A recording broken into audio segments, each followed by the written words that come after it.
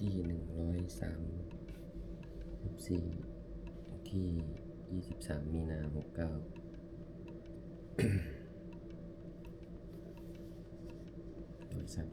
วันที่23มีนา69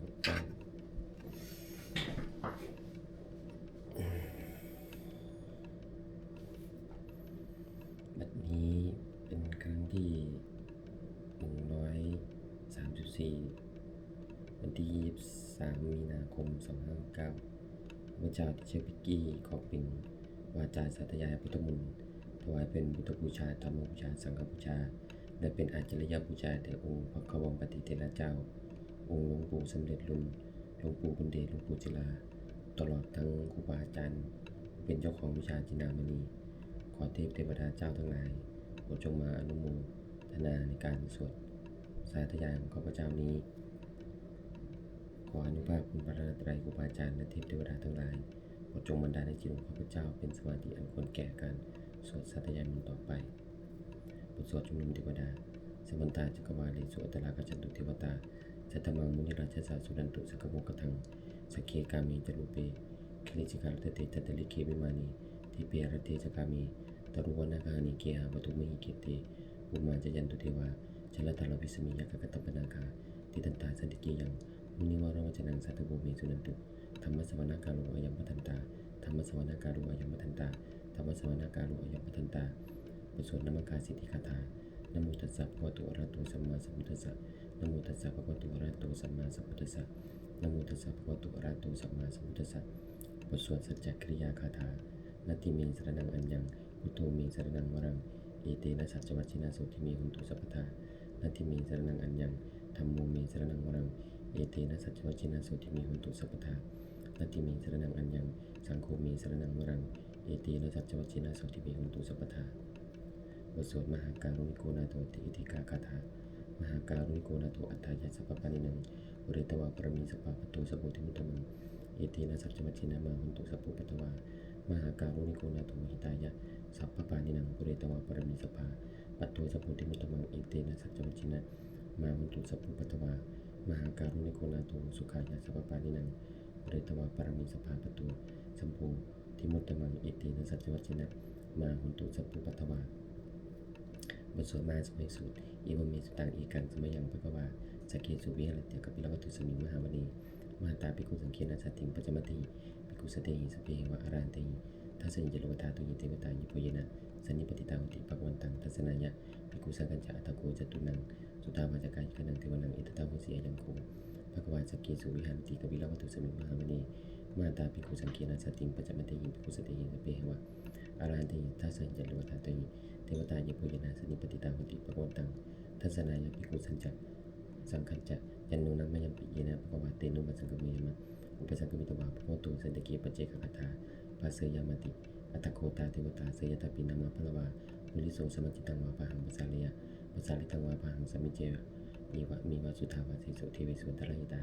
ภควโตปุระโตกตุลังสุอัตโกตาเทวตาภควันตังอัตวาทิตวาเอกมันตังอัตังสุเอกมันตังทิตาโคเอกาเทวตาภควโตสันติเกอิมังกตังภาสิมหาสมยุปวันสมิงเทวกายาสมาคตาอากาตมะอิมังธรรมสมยังทักิตายิวะอปราจิตสังกติอัตโกปราเทวตาภควโตสันติเกอิมังกตังภาสิตัตตระภิกขโวสมาทังสุอิตังอัตโนชุภคังสุสารเทวะเนตานิกะหิตวานเทริยานิรคติปฏิตาติอัตโกปราเทวตาภควโตสันติเกอิมังกตังภาสิจิตวากีลังจิตวาปลิกังอิตากีลังโอวัจจามะมิเชเตจนันสีสุทาวิมลาจักขุมตาสุตันตาสุสุนากติอัตโก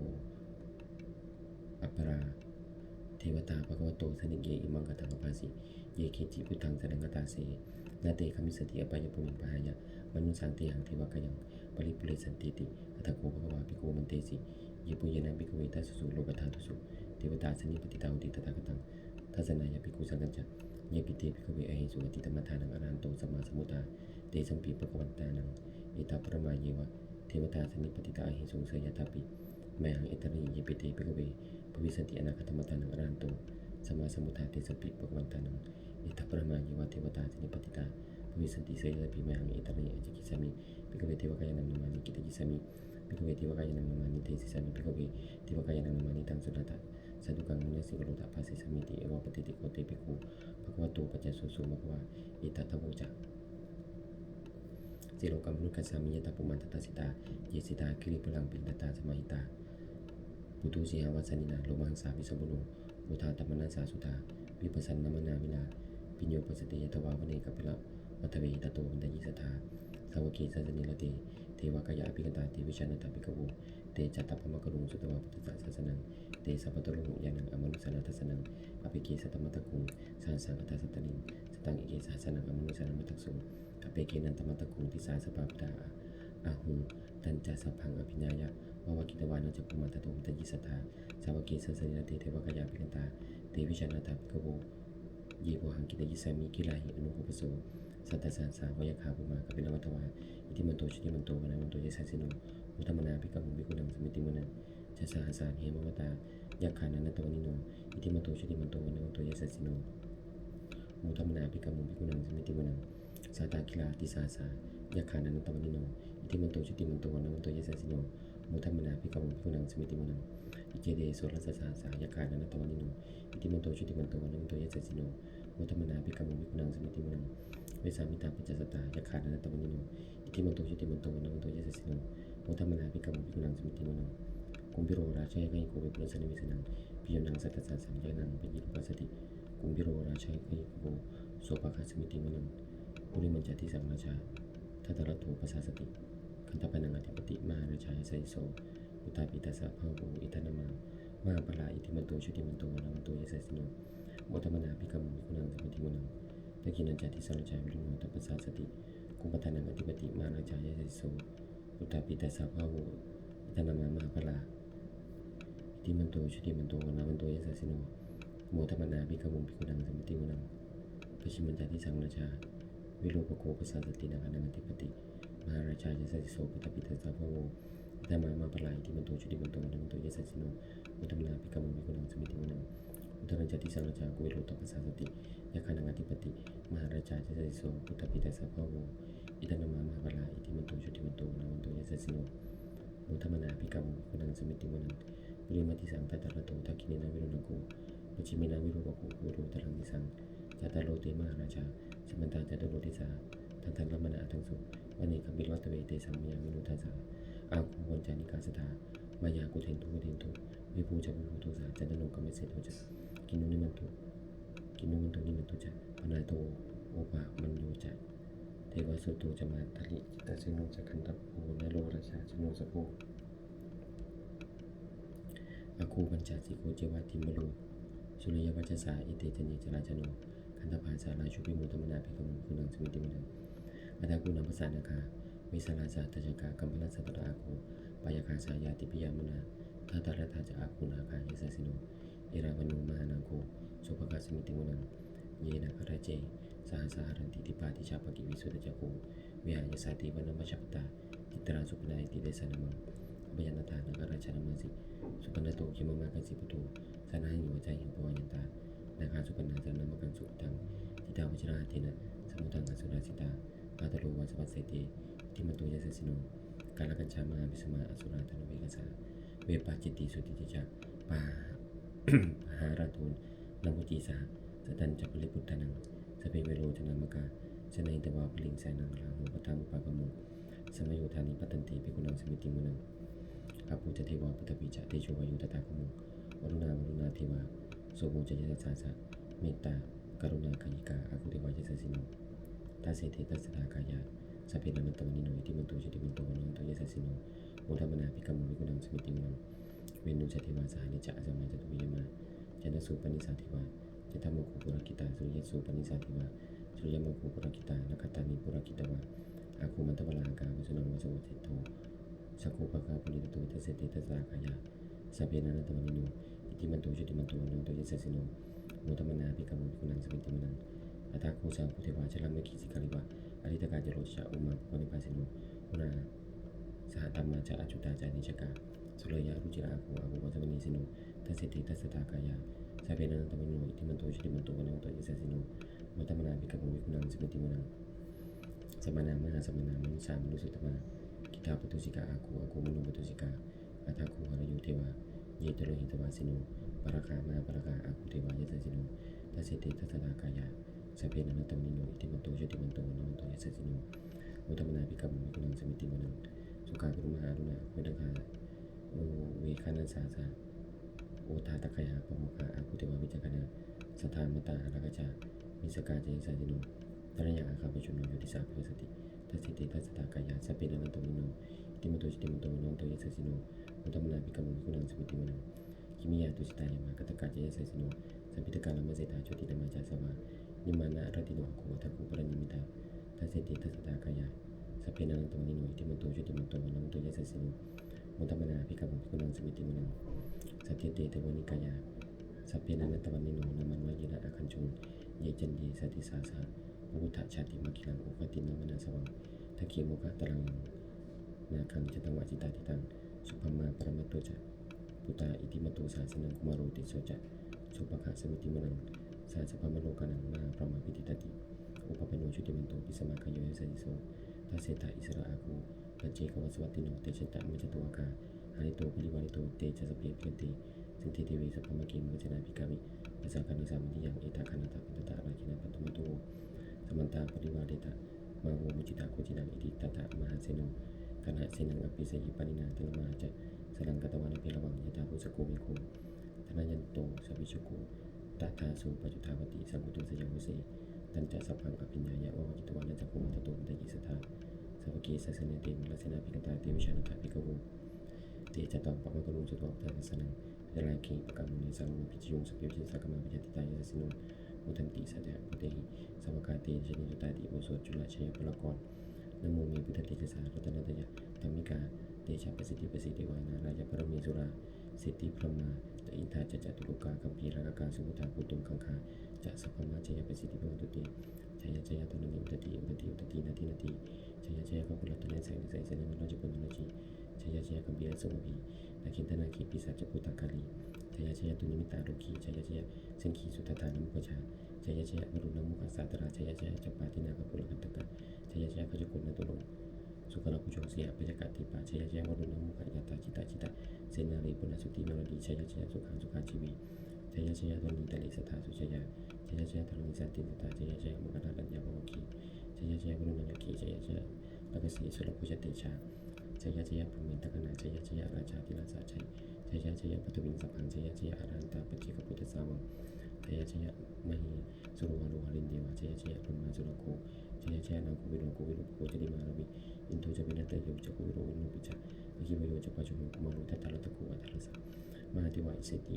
ตาปัสสะอาตโยไออิสิโนสัพพกาสภาจยรมุตุเตจยธรรมโมจะสังโฆจะทัสสะปะโลจะจยกังเอเตนะจยเตชินะจยสุติวัตุเตเอเตนะพุทธติชินะวันตุเตจยมังคัง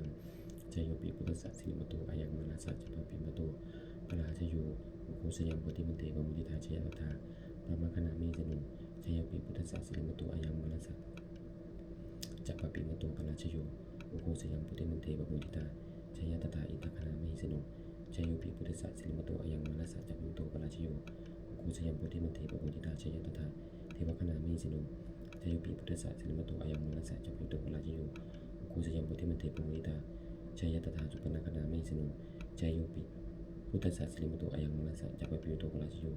อุโคสยังพุทธิมันเตปมุติตาจยตถานาคณามิสนุจโยปิพุทธสัสสิมโตอายังมนัสสะจัปปิโตปราชโยอุโคสยังพุทธิมันเตปมุติตาจยตถาสัพพมคณามิสนุจยันโตพุทธิยามุลีสัพพยานังมันติวัตโนเยวังตวังวิชโยโหหิจยันโสยมังกเลอภราชิตปัลลังกีสีเสปตปิโปคะเลอภิเสกิสัพพุทธนาอัคปโตปมุตติสุนักตังสุมังคลังสุปปตังสุดิตังสุกุนุสุโมโตจะสุยิตังปมัญจาริสุปัตตคินังกายกัมมังวาจากัมมังปัตตคินังมโนกัมมังปณิเตปัตตคินานิกตวานรบันตเตปัตตคิเนเตอัตตลธาสุยิตาวิรุณาพุทธศาสนีอโรคาสุขิตาหุตะสาภิหิยติปิสุนันตุโพตุเยเทวะสมิตานิอธิกตาติกายุกาสตาหุตุสุขิตาหุตุสัพพทาราคันตุสัพพสัตตนังละคันตุจินาสาสนังยาคัจจิปัตนาเตสังสัพเพปุเรนตุมโนมทายุตากะเลปสันตุวัสังวัสสาวราหากาโลคาจุปัตถวาเตสังนิวานินตุจะสัพพทากายาสุขังจิตาสุขังอรหันตุยถารังโอโสธรรมนิยมสุตังอิบะเมสุตังเอกังสมัยยังภควาสวัสดิยังมิหารติจิตาวนีอนาคปิณิกัสสะอารามินตัตตะละโคภวาภิกขุมันเตสิภิกขโวติ ตันเตติเตปิโกภะวะโตปัจจสุสงภวาอิตาตโวจะอุปทาวาภิกขเวตถาคตานังอนุปาทาวาตถาคตานังทิตาวัสสาธาตุธัมมังทิตตาธัมมนิยามตาสัพพิสังฆานิจจติตังตถาคโตอภิสัมพุจติอภิสมิติอภิสัมพุจติวาอภิสมิตวา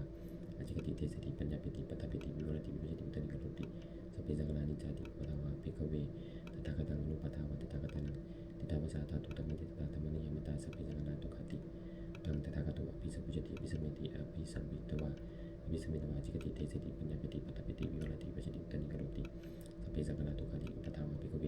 ตถาคตังอนุปาทาวาตถาคตานังทิตาวัสสาธาตุธัมมังทิตตาธัมมนิยามตาสัพพิธัมมานัตติตังตถาคโตอภิสัมพุจติอภิสมิติอภิสัมพุจติวาอภิสมิตวาจิกติเทสติปัญญาปิติปัฏฐปิติวิวรติวิปัสสติอุตติกรุติสัพเพธัมมาอนัตตติอิธัมมโวจะภควาอัตตมนาเตภิกขุภควะโตภาสิตังอภินันตุติวสวดพัทเทกรัตตคถาอติตังนานวาคเมยะนัปปฏิกังขีอนาคตังบุคคลไม่ควรตามไปถึงสิ่งที่ล่วงไปแล้วด้วยอะไรและไม่พึงพวงถึงสิ่งที่ยังไม่มาถึงยะถาติตัมเปนันตังอปัตตัญจะอนาคตังสิ่งเป็นอดีตก็รับไปแล้วสิ่งเป็นอนาคตก็ยังไม่มาปัจจุบันนันจะโยธรรมังตัตถะวิปัสสติอสังหิรังอสังกุปังตังวิตามนุปโรหเยผู้ใดเห็นธรรมมันเกิดขึ้นเฉพาะหน้าในที่นั้นอย่างแจ่มแจ้งไม่งอนเงียนขอนแขนเขาควรพ่อคุณขันเช่นนั้นไว้อาชีวกิจมาตปังกูชัญญามรณังสุเวความเปลี่ยนเป็นกิจที่ต้องทำวันนี้ใครจะรู้ความตายแม้พรุ่งนี้นาหิโนสังฆลันเตนะมหาเสนามัจจุนาเพราะการเปลี่ยนต่อมัจจุราชซึ่งมีเสนามากย่อมไม่มีสมุนดอกเอววิหารมัตตปิของรัตตมัตติตังตังเวปเทกรัตโตติสันโตจิกติมุนีผู้สงบย่อมกล่าวได้ผู้มีความเป็นอยู่เช่นนั้นไม่เกี่ยงกันทั้งวันกลางคืนว่าผู้เป็นอยู่ไม่เพียงนาทีเดียวก็ได้ชมบทสวดธรรมะสังเวชพิจเวคณะสเปสังขานิจจาสังขารร่างกายจิตใจและรูปธรรมนามธรรมทั้งหมดทั้งสิ้นไม่เที่ยงเกิดขึ้นแล้วดับไปไม่ได้หายไปสเปสังขารทุกขาสังขารร่างกายจิตใจและรูปธรรมนามธรรมทั้งหมดทั้งสิ้นมันเป็นทุกข์ทนยากเพราะเกิดขึ้นแล้วแก่เจ็บตายไปสเปธรรมานัตตาจิตนาทั้งปวงทั้งที่เป็นสังขารและไม่ใช่สังขารทั้งหมดทั้งสิ้นไม่ใช่ตัวไม่ใช่ตนไม่ควรถือว่าของเราว่าตัวตนของเราทุกวันชีวิตเป็นของไม่ยั่งยืนทุกวันมรณะความตายเป็นของยั่งยืนอวสังมยามริตพังอันเราจะพึงตายเป็นแท้มรณะปริโยสานังมีชีวิตตังชีวิตของเรามีความตายเป็นที่สุดรอบชีวิตตังมีอนิยตังชีวิตของเราเป็นของไม่เที่ยงมรณะนังมีนิยตังความตายของเราเป็นของเที่ยงวัฏฏะควรที่จะสังเวชอายังกายโยอจินังร่างกายนี้ไม่ได้ตั้งอยู่นานอภิตาวิญญาณโน